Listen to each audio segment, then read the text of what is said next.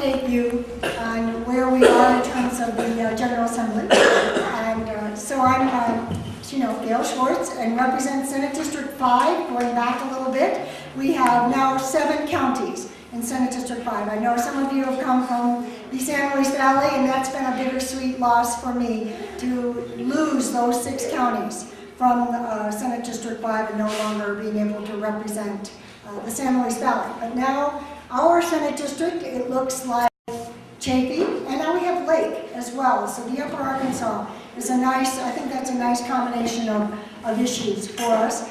Eagle County, Pitkin County, Gunnison County, Delta County, and Hinsdale County. So it's more of a central, but our issues are quite a bit, I think, similar in terms of being headwater counties, looking at the recreational industries and some of the challenges, and we are going to also talk about forests. I know that we all live with adjacent to our forested lands, and what that means to the not only the industries and the economic opportunities, but also the risk of living near forested lands. This year I am chair of Agriculture, Natural Resources and Energy, which I think is a very, very important committee to the district and to the state. And secondly, I'm vice chair of the Capital Development Committee. The state has about $14 billion worth of state assets, and we oversee those buildings and those assets and those structures. And then lastly, I'm on the local government committee.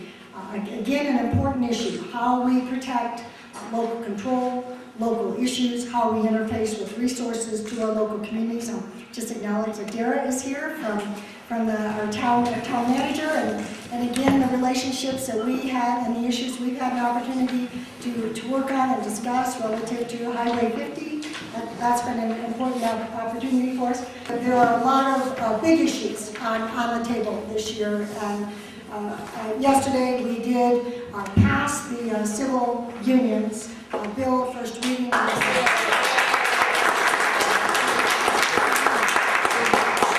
This is not marriage. This is simply civil rights. That people can no longer have the ability to refuse to sell a cake, refuse to rent a room, and discriminate based upon a person's sexual orientation. This is America. Everyone's choices need to be respected, and the choice of who you are engaged in, and to be able to care for that person. The sponsor of that bill, Senator Stedman, lost his partner in the last couple months to pancreatic cancer.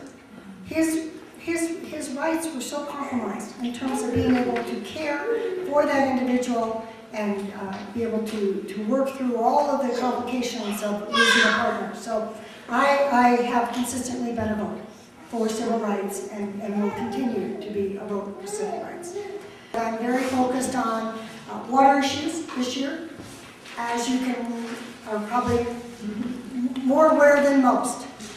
We went from a 62% level of snowpack to a 75% level of snowpack, but 95% of the state is under drought conditions. We have actually run out of colors in terms of the severity of the drought, especially when it comes to the eastern plains. And we must be so conscious of this very precious resource, and also looking at our lands and how arid they are, and you can see the BLMs coming back and grazing leases. We are in very, very difficult times. The numbers now are as severe as they were in 2002 in terms of how severe this drought is. And to have this drought back to back, we don't know, and we just all can pray that March and April and May we're going to see a lot more moisture, but we can't count on that. And especially since we did pull down so many of our reservoirs. We pulled them down, and we need to find a way that we're going to be able to manage the water. I have a bill, Senate Bill 19, that is on agricultural efficiency of water. I know the Upper Arkansas, who's a water buffalo in this room? That's a lot of buffaloes, but but I think that, as you know, the Upper Arkansas has gone through quite a bit of restriction relative to the compact when it came to agricultural efficiency. Well, that simply builds on that opportunity that we only have disincentives when it comes to conserving water for our agricultural operations. This is actually an incentive that will protect the historic use and protect from abandonment if people choose to put in efficiency and leave that water in the stream. So it's a complicated issue. Anytime you bring up water, it is complicated, but we just also protect it through a bill that is moving through the legislature. I think will continue to be a success. And there was a court case up on the Yampa that said to perfect your water right, you must drain that water every 6 years. That is not a practical mechanism for us to use water. So now water and storage is considered a beneficial use.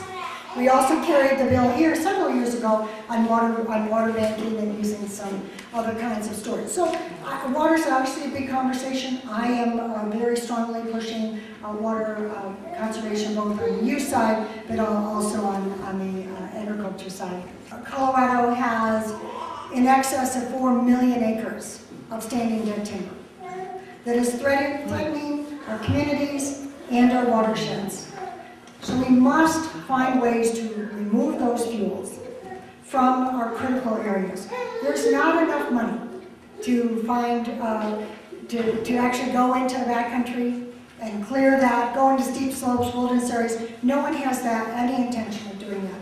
But there's enough resource in our areas of risk that we can actually support our timber industry as well as biomass energy generation. And hopefully this county we can find new ways to incorporate that into some of your energy needs here